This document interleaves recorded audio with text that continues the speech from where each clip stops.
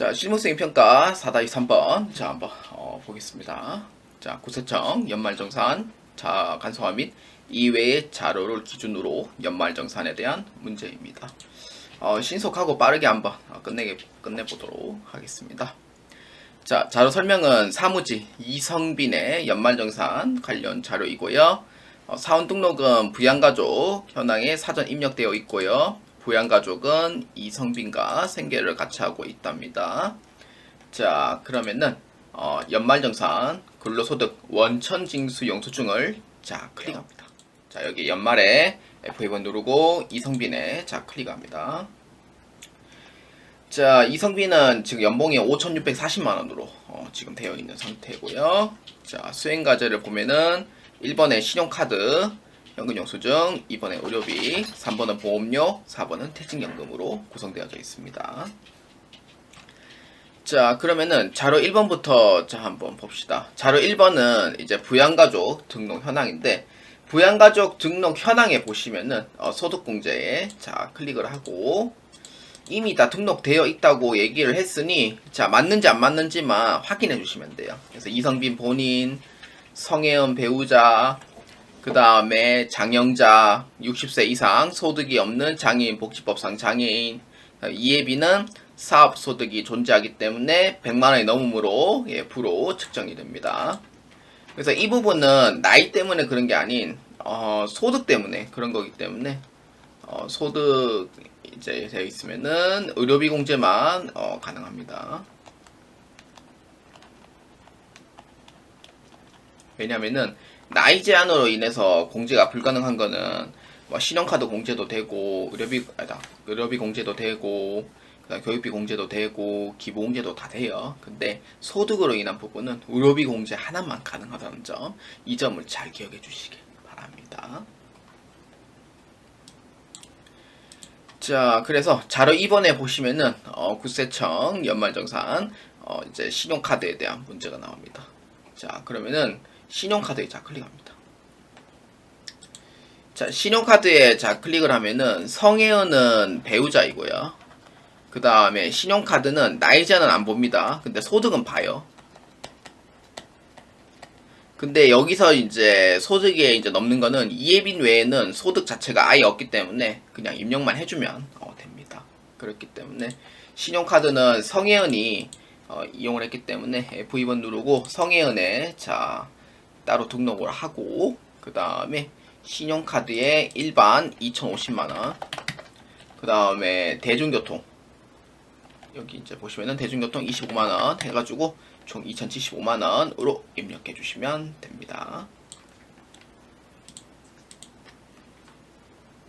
자, 그 다음 내려가서 이제 어머니 이름이 이제 장영자예요. 그래서 F2번 누르고 장영자 배우자의 직계 존속으로 해가지고 자 보시면은 일반에 52만원,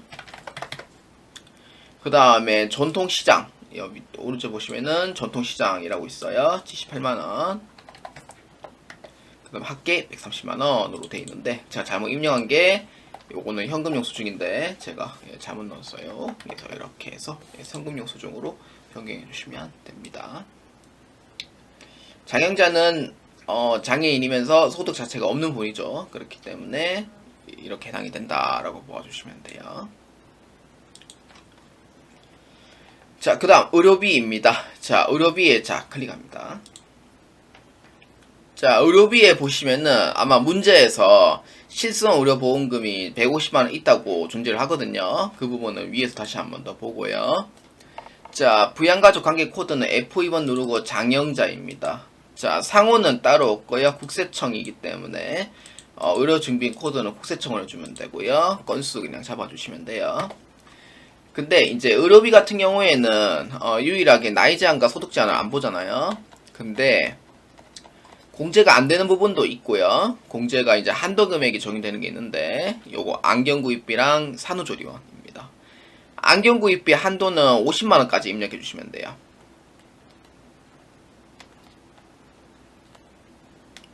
그 다음에 산후조리원의 인별학계 금액은 총급액이 7천만원 이하여야 됩니다.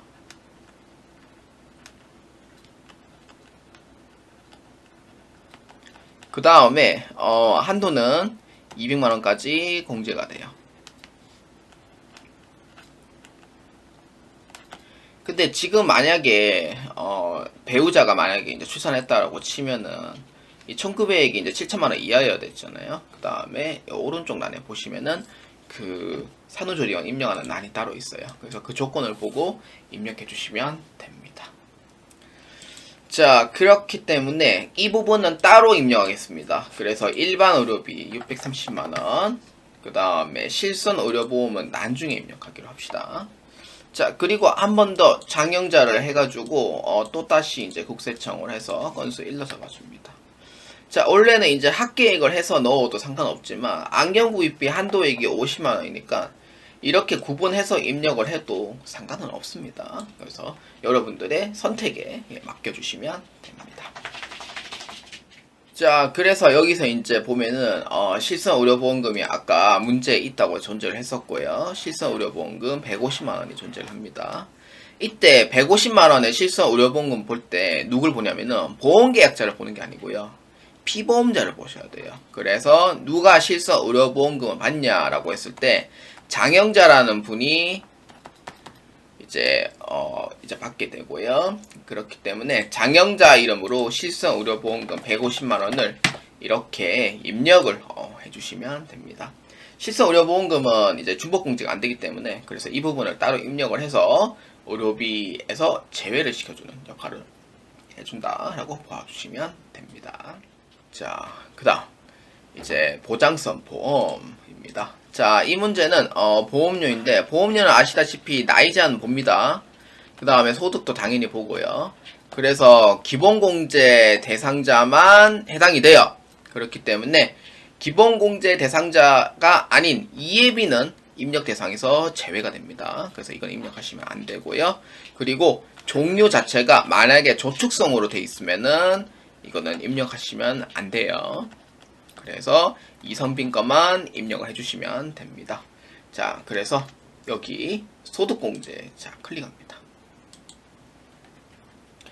자, 소득공제에 보시면은 이성빈이라고 되어 있는 부분 오른쪽으로 해보시면은 이 보험료가 이렇게 있는데 이 보험료 자체에서 여기를 입력해 주는 거예요. 여기를 입력해 줌으로써 보장성 보험력이 제일 위에 칸에, 밑에는 기타 입력이고요. 수기에다 종이 입력, 요거는 국세청 입력 위에입니다. 0번으로 되어 있는 거 여기에다가 80만원 넣어줍니다. 자, 이렇게 해서 넣어주시면 되고 이예비는 소득이 넘음으로써 입력 대상에서 제외가 됩니다. 그래서 이성빈 것만 입력해 주시면 됩니다. 자, 그 다음 이제 마지막이 되겠네요. 자, 퇴직연금입니다. 퇴직연금은 조건이 이제 어떻게 되냐면은 본인만 공제 가능해요. 그 다음에 금액이 이제 총금액에 따라서 이제 그 공제율이 조금 달라지는 거 15% 12% 해가지고 공제율이 조금 달라지고요. 자, 그렇기 때문에 퇴직연금도 가능하고요. 그 다음에 개인연금도 가능해요. 자, 그래서 순납입 금액 얼마입니까? 라고 물어보니 360만원인데 입력하는 방법은 여기 정산명세자 클릭을 합니다.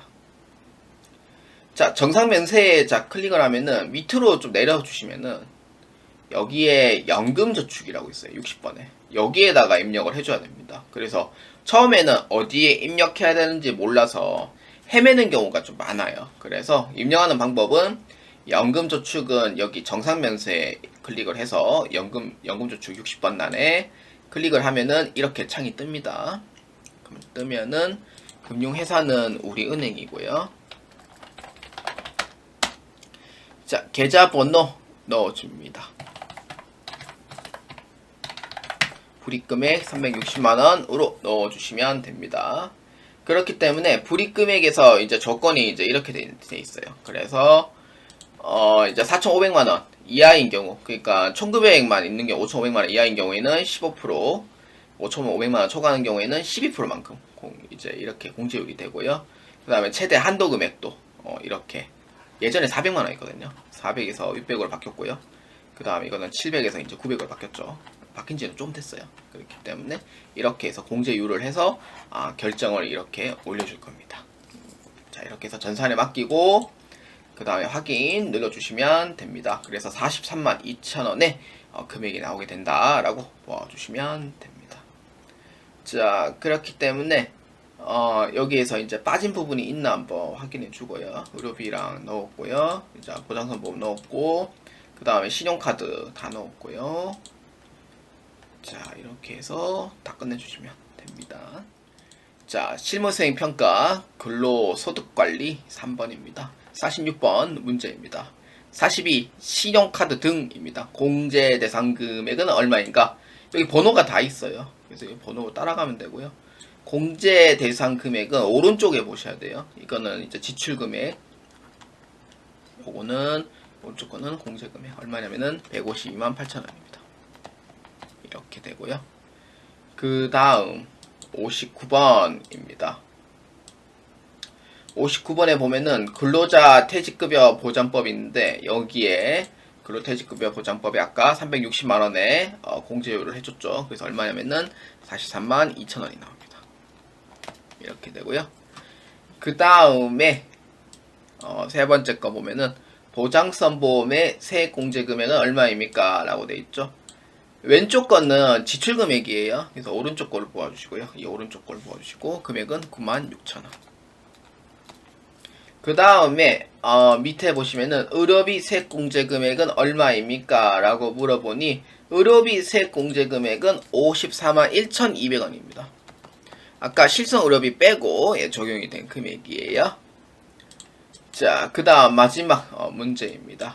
결정세액 소득세 금액은 얼마인가? 이 번호 따라가면 돼요. 결정세액 소득세 금액 얼마냐면은 1435536원이 됩니다. 이렇게 해서 해주시면 되겠습니다. 자, 여러분 문제풀이 및 해설이 모두 다 끝났습니다. 73회차 TET 2급은 여기까지 진행을 하도록 하겠습니다.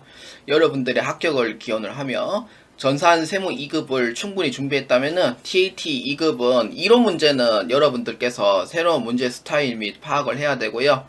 TET 2급은 기출문제를 풀면서 문제 은행 시기니까 꼭 한번 잘 파악을 하시면서 준비하시면은 충분히 합격할 수 있다고 저는 생각합니다. 여러분들의 합격을 기원합니다. 여러분들 꼭 시험 합격하시고요. 저는 75회차 때 뵙도록 하겠습니다. 여러분 고생 많으셨습니다.